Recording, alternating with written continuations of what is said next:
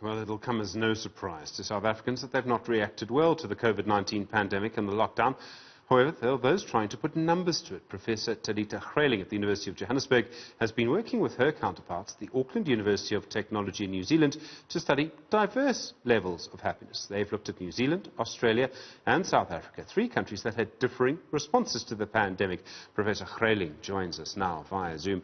Professor, good evening to you. Thank you for your time. You looked at the lockdowns in Australia and New Zealand, and then what I suppose was really the harder lockdown here. The impact of those lockdowns on happiness, what did you find? Well, what we found is if you compare the different countries, they're all really very different and diverse. On economic areas, definitely different. We found New Zealand's economy is small, very strong. Australia is sort of medium-sized compared to South Africa and is doing well.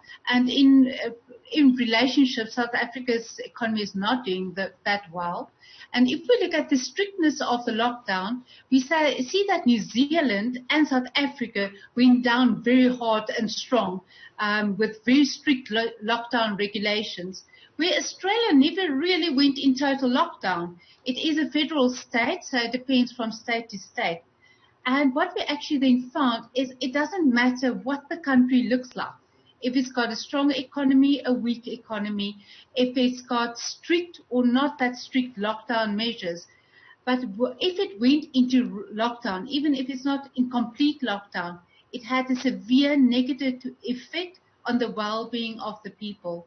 So the lockdown regulations in itself caused a decrease in unhappiness, nothing else.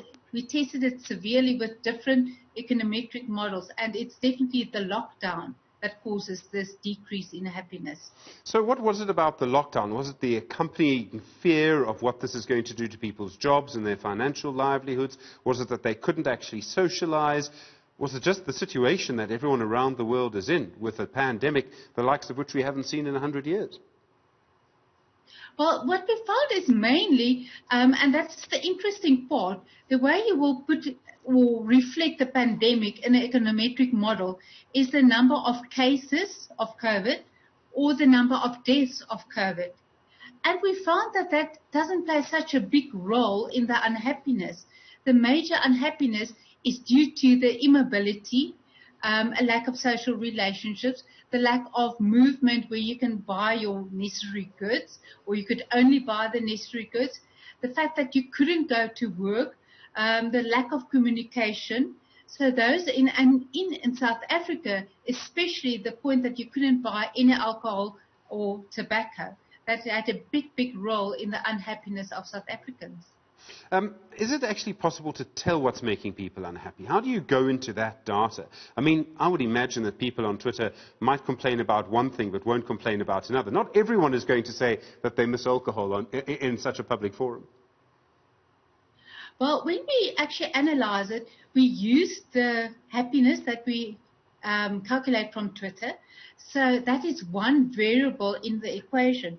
But then we've also got many other variables, which is not directly from Twitter, but other daily variables or economic variables.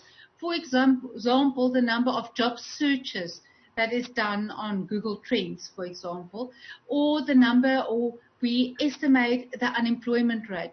We estimate the various variables that we get on a daily level, the movements in stock markets.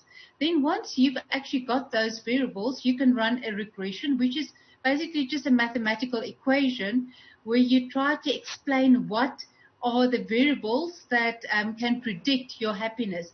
And that is then where we derive these results from. So you get a very good estimate. Say, for example, if your job search is increased with 1%, then it will have an effect on the happiness of 0.6%. So mathematically quite sound estimations. Professor, this may seem like a slightly strange question, but there might be people who are quite vulnerable to the disease, probably older people, who might have found themselves actually quite happy to be locked down. In other words, they felt comforted by the fact that they did not have to make a decision for themselves about whether to go to work or not. They knew they could now quite safely stay at home. But they're likely to be older and therefore less likely to be on Twitter. Could that have skewed the research a little bit? I mean, could there have been some people who quite enjoyed the lockdown because they felt safer, but it wasn't possible to actually capture their views? So what you're actually asking is if the tweets or the Twitter will represent also the opinion of older people. Is that correct? Well, to an extent, yes. That would get to the nub of my question. What we can say is if we look at tweets, and that is the measure we use to measure happiness, not the other variables. The other variables is a different method. But then we found that the people that tweet is between the ages of 15 and 65, which obviously exclude the oldest people, which most likely is most vulnerable to COVID. But on the other hand, if you look at any survey data, which is the other option we can use, your age of a survey is normally between 15 and 65. So you will get similar results, not necessarily representative of the elders, but representative of your economic employed population. Professor, thank you very much indeed. It's fascinating research, groundbreaking, I must tell you. Professor Talita Greyling is a well-being economist at the University of Johannesburg.